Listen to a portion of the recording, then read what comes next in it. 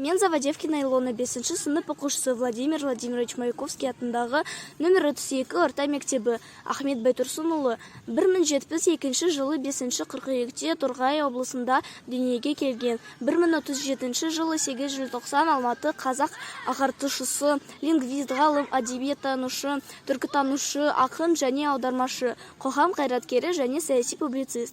Алаш партиясының мүшесі 1037 жылы құлын сүргінге ұшыраған.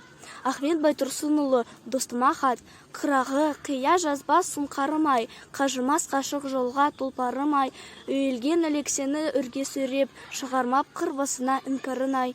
Жарқырап жақсылықтың таны атпай тұр, түнерген төбемізден бұлт арылмай, көк еті көнтерілін кеніп қалған, сықса да шыдай беру жұрт жалырмай. Кім біліп, ер еңбегін сезіп жатыр, қымшыдап, жолдастыққа тезіп жатыр. Сасық ми, салқын жүрек сасаңыздар, алынсаз ақ малтасын езіп жатыр. Енді мен Хазива Билкисінің хэштегін жіберемін.